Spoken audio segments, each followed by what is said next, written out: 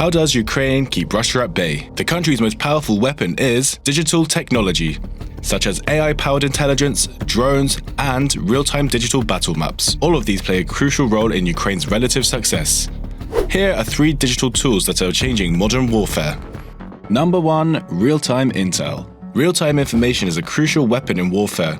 Softwares derive data from sources such as GPS, satellites, surveillance, cameras, drones, and even cell phones. They provide information on enemy strength and whereabouts. Ukrainian soldiers can use digital maps of the battlefield on their tablet or smartphone. AI is critical when it comes to processing large amounts of data and putting it to practical use. The Ukrainian army has mountains of real-time data to analyze, information that can save lives if evaluated quickly enough. AI can also help with damage assessment during attacks in real time, and in some cases, even predict where the enemy might attack next. Ukrainian startup Zvuk, or Noise, uses software to identify missiles, helicopters, firejets, and drones by using a sound database. The hardware consists of acoustic mirrors and a microphone. A noise is recorded and an AI identifies the source by comparison. The AI even warns when an attack is imminent.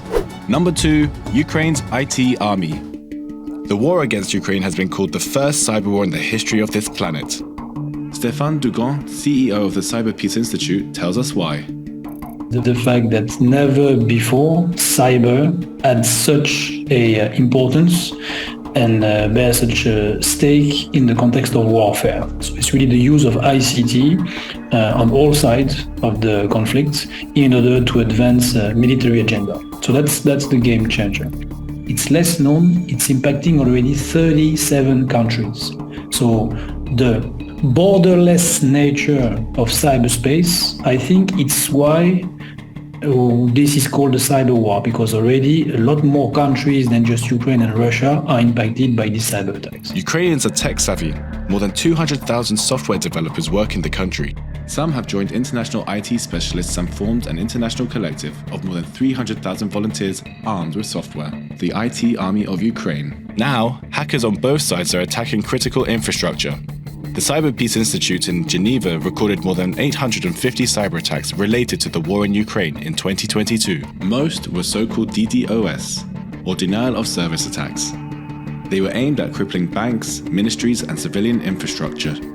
So if you look into the period January to September 2022, there's a sharp increase when it comes to attack against Ukraine. There's also a campaign of cyber attack against Russia, but the number is lower, clearly. I mean, Ukraine, we are in the realm of the 1,800. When it comes to Russia, we could document 150 cyber incidents.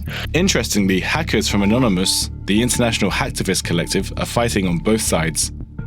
Anonymous Russia has been linked to over 100 attacks, while Anonymous Ukraine has carried out about 50 cyber attacks. Number 3. Drones. Experts say the war in Ukraine is the first war in which drones have been used on this scale on both sides.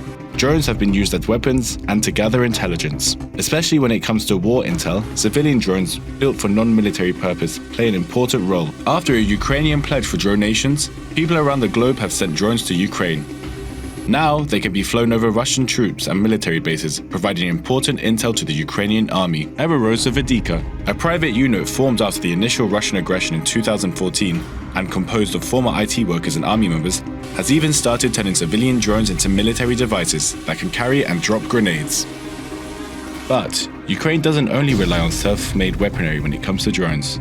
The Turkish Bayraktar 2B2 drones and the US Switchblades serve as combat drones.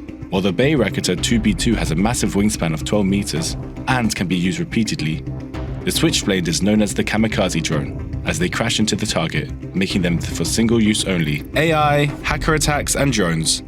The Russian war on Ukraine is changing warfare forever. What do you think? Will technology decide who wins this war?